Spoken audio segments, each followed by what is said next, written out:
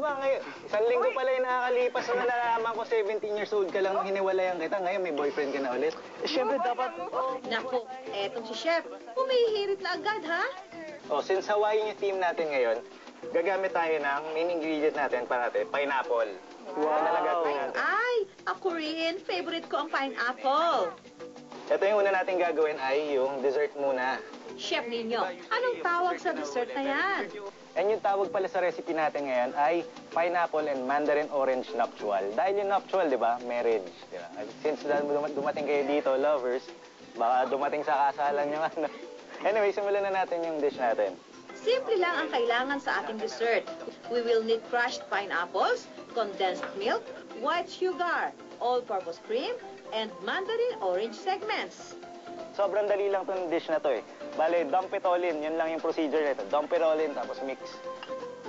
Hinalo lang ni Chef ang lahat ng mga ingredients. And that's it! Wow, yummy!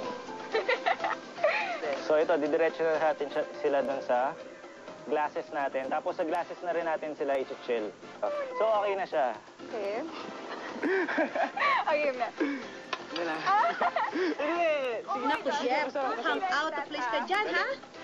Habang nagsusubuan tong dalawang tong dito, na-open na ako eh. Pupunta muna ako doon sa kitchen, lalagay ko ito sa freezer, ha? Okay. Punta muna ako doon. Sige po. Oh. Okay.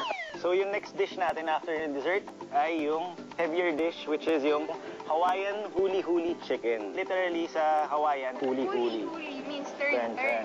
Ang ating ingredients para sa huli-huli chicken, chicken breast, unsweetened pineapple juice, soy sauce, ketchup, brown sugar, ginger, green onions, garlic, black pepper, cherry wine, and pineapple ring slices. Dahil iihawin ang chicken, gagawa muna tayo ng pang-base sa chicken habang iniihaw ito.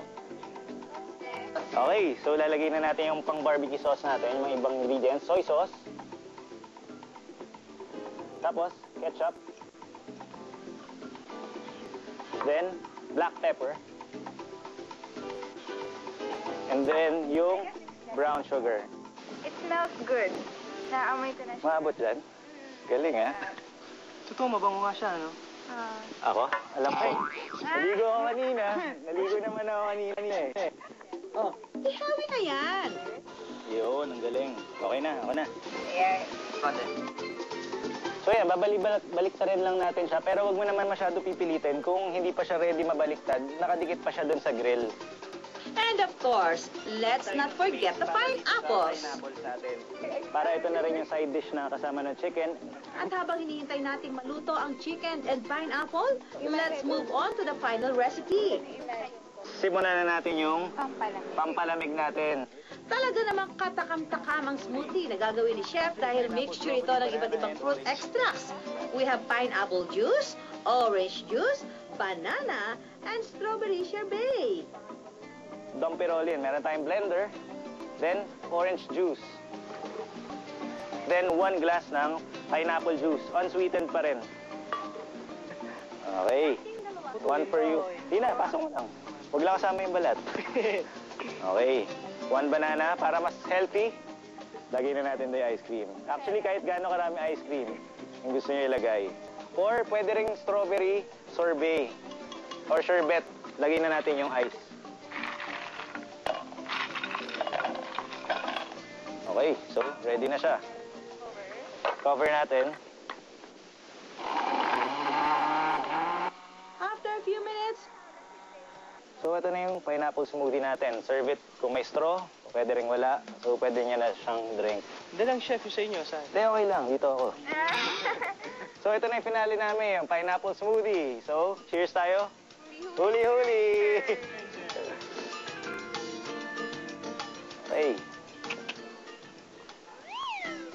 heto na ang finished products natin. Isang masarap na main dish, isang masarap na dessert, and of course, smoothie for the hot weather. Wow, Azure! Super sarap. Nako ha, ang dalawang batang ito, sintamis ng pinya ang lambingan nila.